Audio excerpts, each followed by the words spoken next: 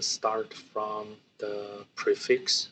This is the second video for talking about learning SPARQL. We are talking about why SPARQL and introduce you some the initial resources mentioned in the book within this. I call this chapter 00. To match is the later chapter. So within this book, there's a total 11 chapters. I hope this prefix can give you a rough introduction in more detail for the content. And after that is chapter 1 will have some prerequisite the information for coming to the RDF SPARQL. The second chapter will talking about our real the demos on the SPARQL. Then going forward is we are talking the different aspect of the SPARQL, the query. So in the mind place, I have put this into the 3 parts, and that is reflect to the table of contents here. And if we move to the contents here, so you can see the first is why. Why learn SPARQL? I put 3.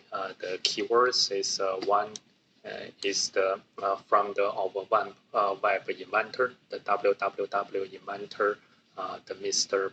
Berners. He said it's trying to use a semantic web without a SPARQL. It's like trying to use a relationship database without SQL. So you must be able to use a SQL to query some the information from kind of the relational database like MySQL or MySQL or some other database, Oracle.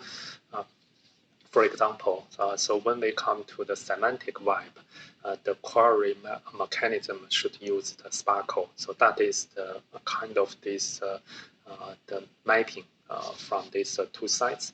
Secondly, is SPARQL was not designed to query relational database, but to query data conforming to the RDF, the data. So that's also the kind of the way is why we talking about the SPARQL is the recursive definition. Is the SPARQL is the SPARQL protocol as this at RDF for query language. So that is the SPARQL's purpose is to designed for RDF. So RDF-based data format has not yet achieved the mainstream like the XML, but it's going to the more and more the common, the popular. This book was written almost 10 years, so within the past years, the RDF, or we call it the graph database, has a huge increasing the development, especially currently in the AI or the machine learning, and especially for those the expert decision making.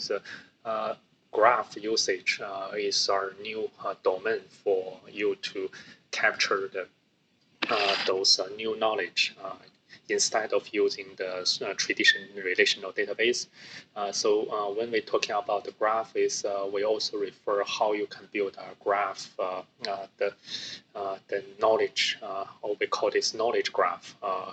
KG. So that's also would be better to base on the RDF or some extension you can see is OWL is O. So which I refer that PIZO tutorial. You can show that videos series to how to make those build up, and you can also use a SPARQL to query O file. And this book is a primary goal is putting here is to quickly get you comfortable with the SPARQL. But this is not our dictionary for SPARQL. So if you want to learn the dictionary or the detail level of the SPARQL, I put this link. So this link is you can see it from the bottom. Is go to the w3.org for this SPARQL 1.1 query language. So if I click here, so you can see that will go to this real specification.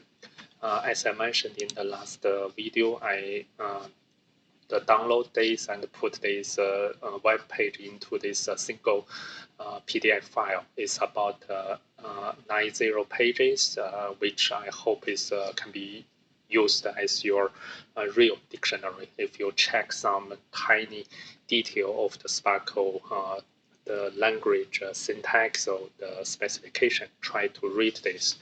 And also here is the link to this book, learnsparkle.com. So from here, you can get the latest news, and also you can download the sample code. I also put this sample code link here. So you can come to here to download one by one, or you can download as a zip. So this zip file is already putting in the repository as well. But as I mentioned the last video, I would like that you put those sample code aside, just refer that in necessity purpose. But during you follow my pace to learn this book page by page, I hope is you can also try typing code yourself, or at least is you can gradually to manually make some key aspect is typing. Like here is through this code input, you must be learning better than just a copy paste code package or code portions, because every the keywords or the syntax of adding something, like is next video we are talking about, even for the space, for the period, and for which is this abbreviation. Those have the very precisely defined by the SPARQL specification. So try to forget about those sample code. During every sample, we can try together, and because all the samples are very systematically arranged by the author in this book, and then when you try to typing, you can also learn the relationship with those data source and also the query file. So before the close for this video, I hope is you can find a way to get this book on hand, and then this from next video we will go to the chapter 1, jumping right in some data with some the queries, like I put something here.